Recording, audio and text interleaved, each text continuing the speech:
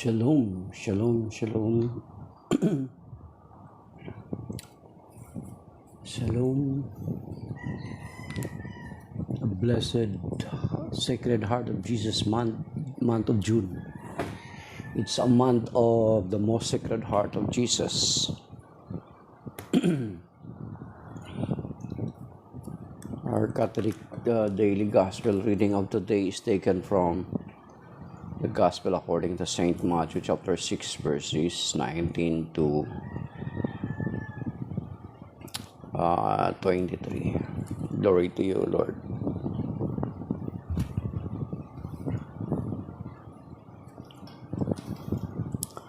Do not store up for yourselves treasure on earth where moth and decay destroy, and thieves break in and steal.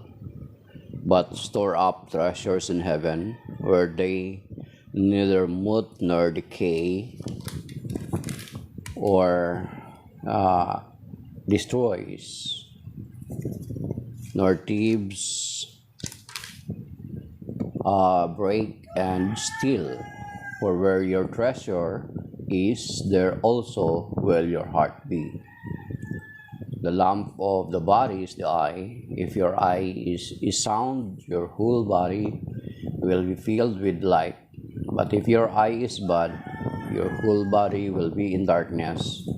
And if the light in you is darkness, how great will the darkness be? The Gospel of the Lord. Praise to you, Lord Jesus Christ. So, Shalom. Sa pinagpalang araw ng Biyernes at pinagpalang buwan ng Most Sacred Heart of Jesus. It's a month of the Most Sacred Heart of Jesus. Okay. So, ang Ebanghelyo ngayon ay pinapaalalahanan tayo ng the Lord is reminding us na let us not store up for ourselves treasure on earth where moth and decay destroy and thieves break in and steal, but store up treasures in heaven where neither moth nor decay or destroy nor thieves break in and steal. For where your treasure is, there also will your heart be. So, paano nga ba natin magagawa ito? Hindi naman talaga natin madadala yung kayamanan natin sa ating pagpanaw.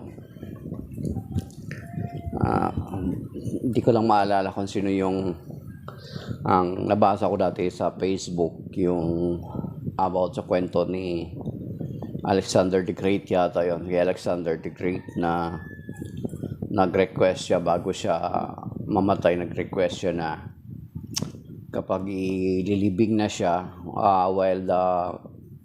habang nagkakaroon ng funeral march or a procession bago siya dalhin sa libingan, ay na-request niya raw na ang kamay niya ay nakalabas sa kabaong, and then sa procession ay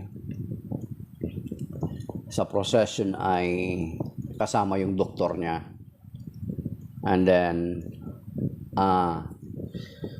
something like that. Then yung pera niya is sinasaboy sa kalsada habang dinadala siya sa libingan, something like that. Nalabasa ko na kwento. I don't know kung it is kay Alexander the Great or Napoleon Bonaparte.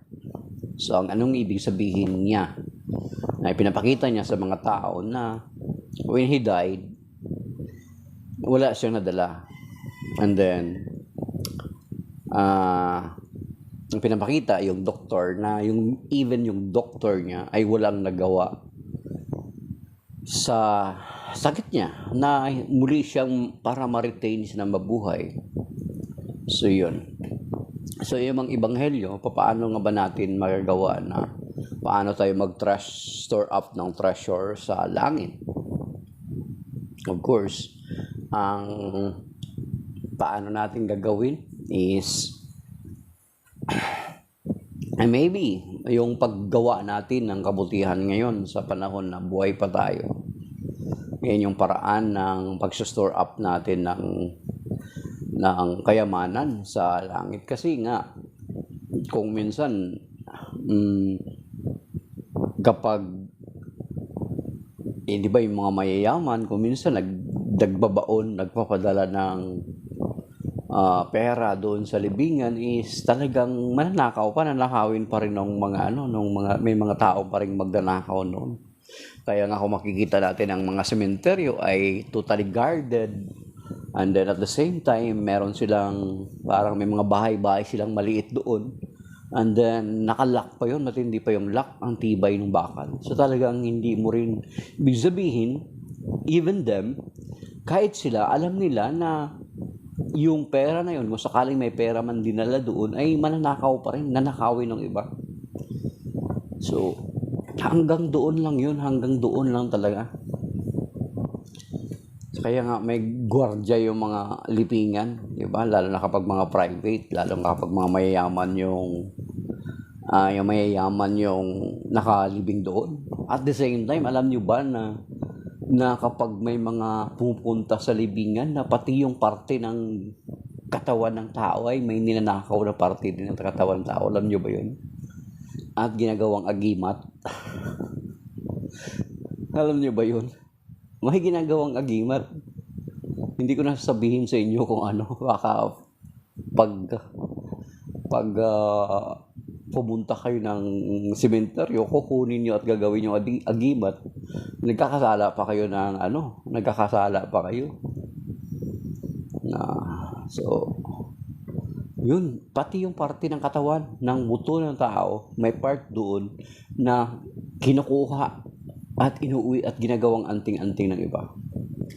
So, ibig sabihin, pagpapatunay na yung kayamanan natin ay hindi talaga natin mapapakinabangan kung mamamatay tayo. Of course, magiging kaluwagan doon sa mga naiwan, pero most of the time, kung minsan, kapag hindi properly distributed, ay nagiging dahilan pa ng pag-aaway ng mga magkakapatid.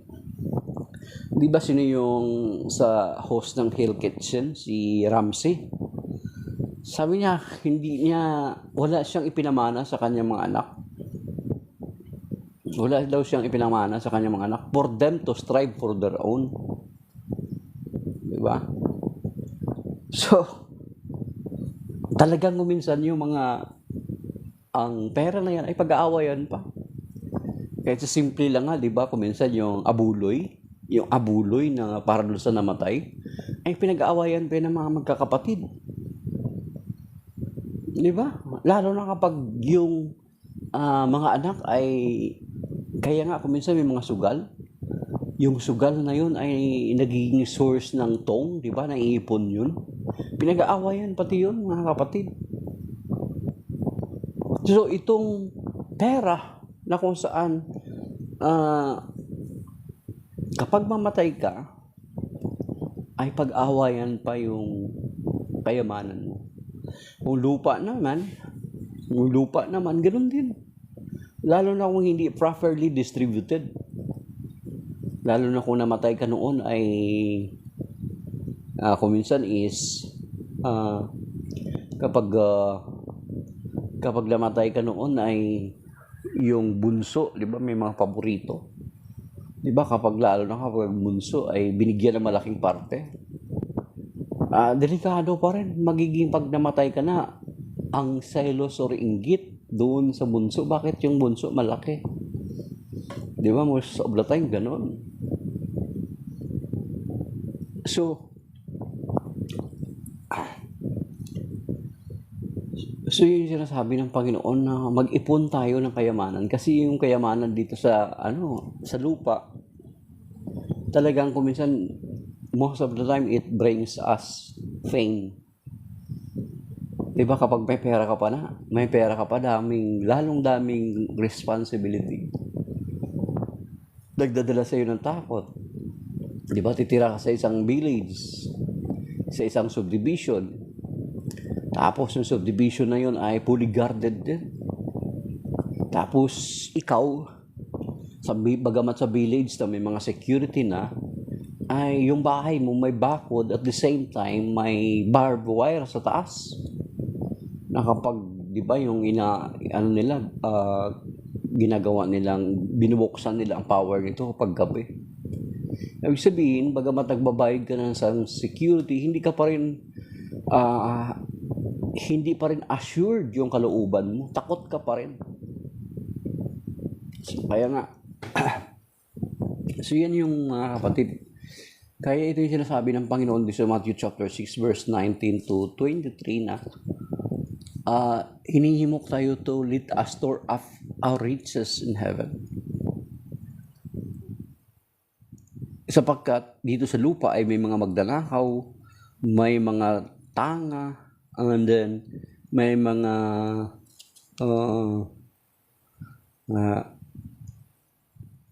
on earth where moth and decay is destroy and thieves break in and steal. So you see, kasi hindi nga naman talaga natin mapapakinabangan ang kayamanan na yan pag mamatay tayo. So, ililibing ka kahit maganda yung libingan mo. Yet, sa pagharap mo sa Panginoon ay wala ka namang madadala.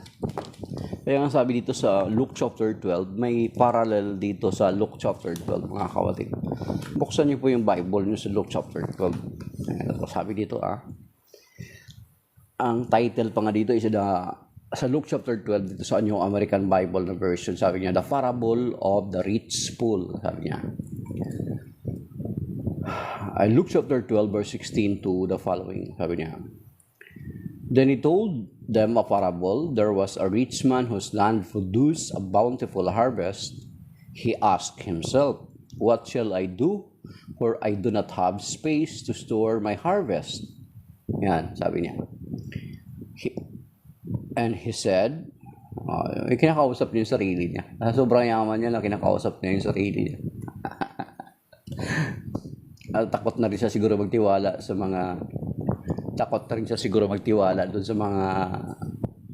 sa mga tao, makipag-usap kaya sarili niya na lang kinakausap niya rito. Sabi rito.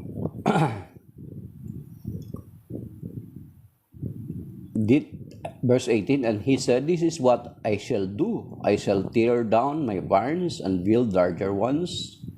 There I shall store all my grain and other goods. And I say to myself, now as for you, you have so many good things stored up for many years. Rest, eat, drink, and be merry. So, sinasabi niya sa sarili niya, total marami ka nang naipon. Pwede ka na magpahinga. Magpahinga ka muna, kumain, at magpakasaya. Then, in verse 20, but God said to him, you fool, this night your life will be demanded of you, and the things you have prepared, to whom will they belong?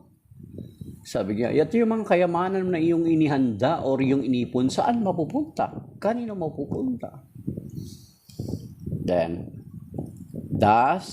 verse 21, will it be for the one who store up treasures for himself, but is not rich in what matters to God? So, yan yung kahihinatnan daw ng mga taong nag-iipon ng kayamanan, ngunit dukha naman sa harapan ng Panginoon.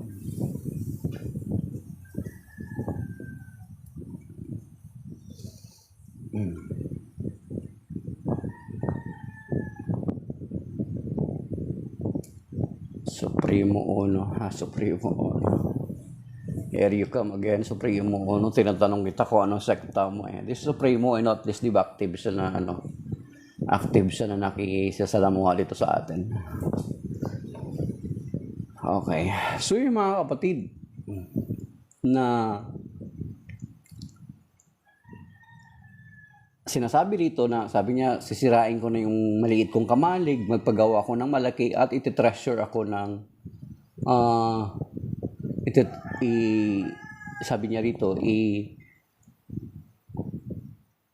nagpagawa ng kamaligan at magpagawa ako ng malaki, then doon ko ilalagak yung kanya mga kinita. And then ang sabi ng Panginoon, but God said to him, you fool, tonight your life will be demanded of you, and the things you have preferred, to whom will they belong? Thus will it be for the one who store up treasures for himself, but is not rich in what matters to God. Yan. So, hindi, mayaman ka dito sa lupa, pero dukha ka sa harapan ng Panginoon. That is why yung sinasabi ng Panginoon na let us entrust our treasures to God. Kaya Supremo Ono, ito iglesia member to ng Inc. 1914 yata, Supremo Ono yung mga lupain ng, kaya nga there are, kung titingnan natin itong mga lupa na possessed by the religious or ng mga dioceses ng Catholic Church are mostly donated ng mga mayayaman sa mga simbahan. And then mga donation yan, kaya katulad lang dito sa amin, religious missionary.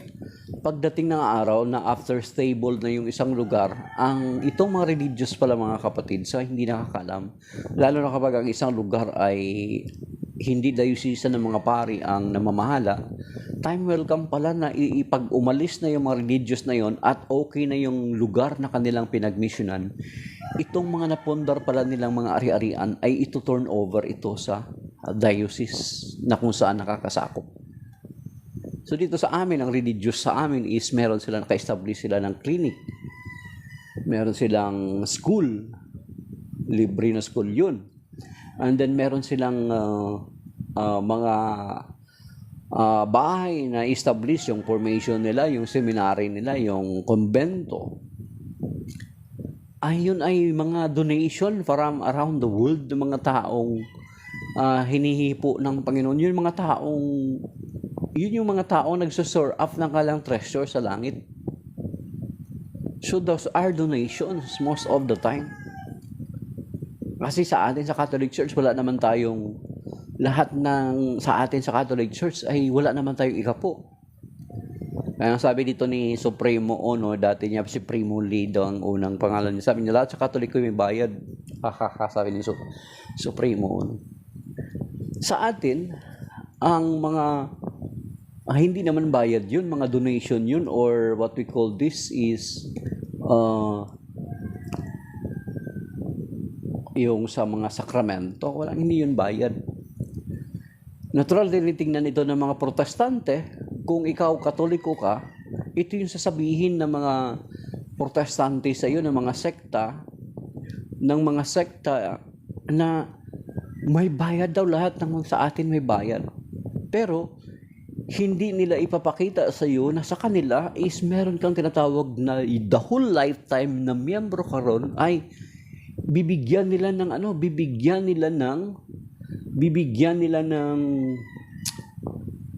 what we call this, yung bibigyan nila ng diin, yung sinasabi nila may mga bayad sa atin. Pero kung miyembro ka doon ng mga sekta na yun, the whole of yung buong buhay mo doon, magbibigay ka ng tithes. And then love offering, iba yung tithes, iba yung love offering. Especially sa iglesia, ilang lagakan ang meron yan sa iglesia. Di ba? So wala silang bayad sa kanila kasi wala naman silang sakramento, kasi hindi naman sila tatag ng Panginoon Kristo. Sila itatag lamang ng mga tao. Kaya kung titingnan mo, ikaw na Katoliko, oo nga, sasabihin siya, may mga bayad. Pero pag lumipat ka dun sa kanila, hindi mo nalalaman. Halimbawa, magsweldo ka ng 20,000 a month. Magkano yung tithes nun? 10% nun. Yung ikapo nun. Di ba? So, isang buong taon, magkano yun? Kung mag-stay ka dyan ng buong buhay mo sa isang taon na yon na tithes mo sa 20,000 mo na sweldo, magkano yun? Di ba? Especially yung iglesia, di ba? Kapag pumasok ka ng SM, para silang agency. Pag pumasok ka doon sa iglesia, pag ipinasok ka nila sa SM, abay, automatic pala yan. May ano yan, para silang agency. Automatic na mapupunta sa kanila yung parang cut ng sweldo mo. Hindi mo maano yan, mababawi. So, yun yung titignan nila, highlight nila na may mga bayad daw.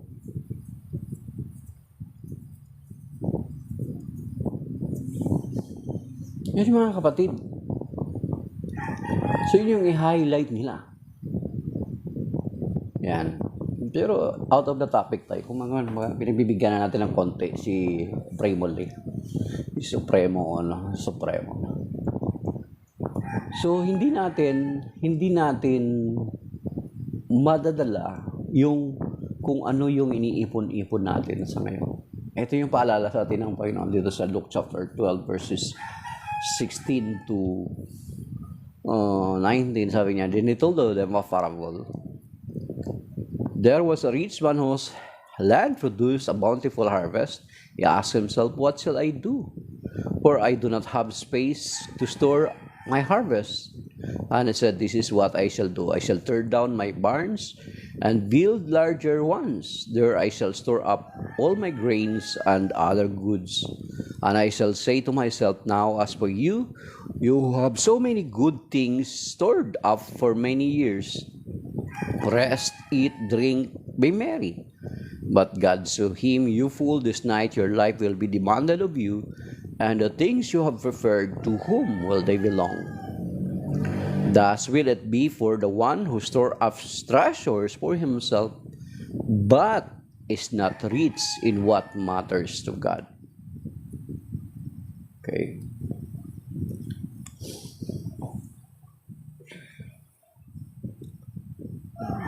Can't answer my question. Bakit mo naman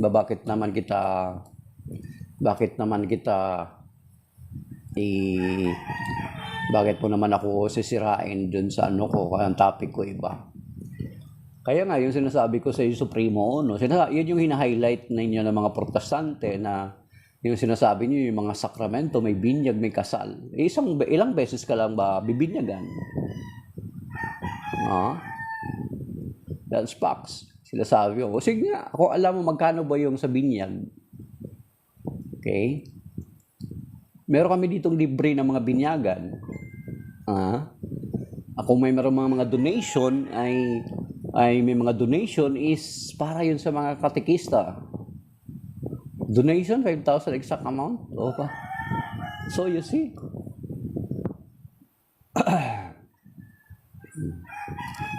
So, yun mga kapatid, na itong mga protestante katulad ni Supremo na i-highlight nila yung sinasabi ng mga sakramento may binyag. Pero kapag pumunta ka na sa kanila, buong buhay mo magagapos ka na doon sa tithes and offerings.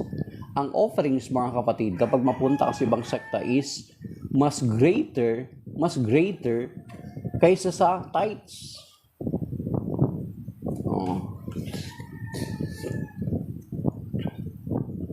Okay. Mas greater kaysa sa tithes. Supremo may mga sekta kung hindi ka nagta-tithes, better.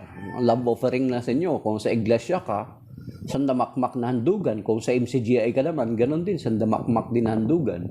Wala kang bayad kasi wala ka namang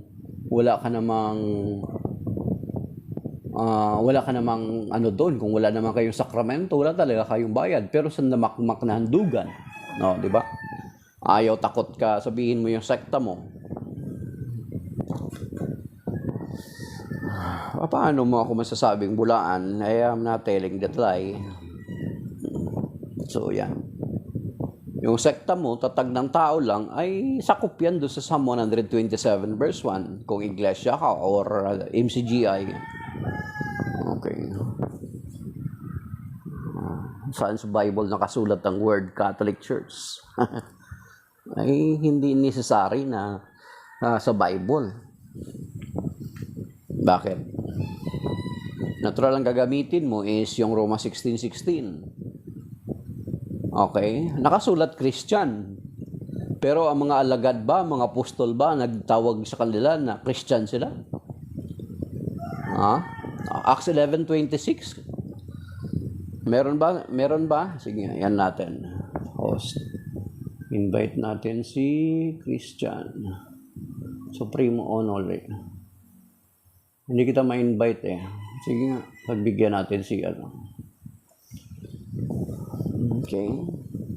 Sa Acts 11:26, ang tumawag sa mga tag-alagad is actually hindi ang mga apostol. Nabasa mo ba yung Acts 11:26? Mga around first century yun na sinabi doon.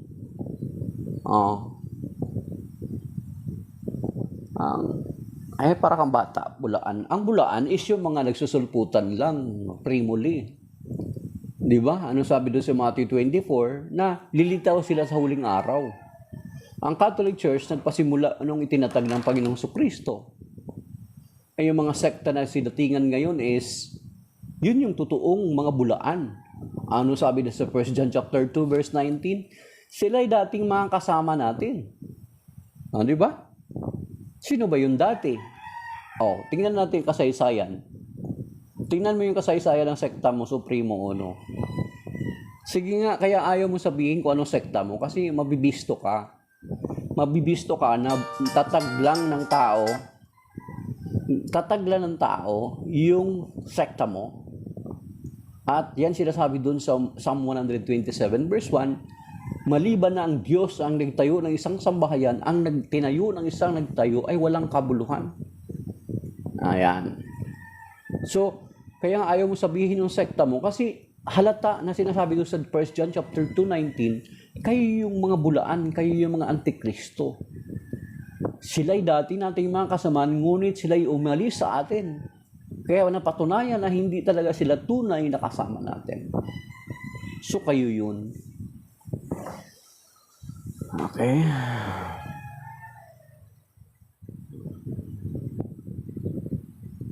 Okay.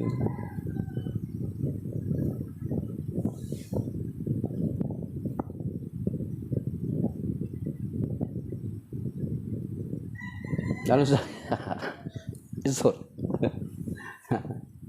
So, yun mga kapatid, si Supremo Ono, hindi siya nagbibigay ng totoong pangalan niya at ng kanyang picture. At ayaw niya sabihin ko anong sekta niya kasi wala siyang kalakip na responsibilidad. Takot siya, wala siyang kalakip na responsibilidad para magsasalita lang sila magsasalita pero ayaw niya tumanggap ng responsibilidad. Okay. So yun mga kapatid, ang paalala sa atin ng Ebanghelyo ngayon is let us store up our treasure in heaven, not here on earth. Kasi pagdating ng araw na matay tayo na kung sa burol mo pa lang ay nag-aaway na yung mga anak mo. Kaya isang wise decision yung kay Ramsey, yung si Ramsey yung sa Hell Kitchen. Na sabi niya hindi niya pinamanahan yung mga anak niya. Let them strive for their own. Kasi time will come na talagang mag-aaway lang talaga sila.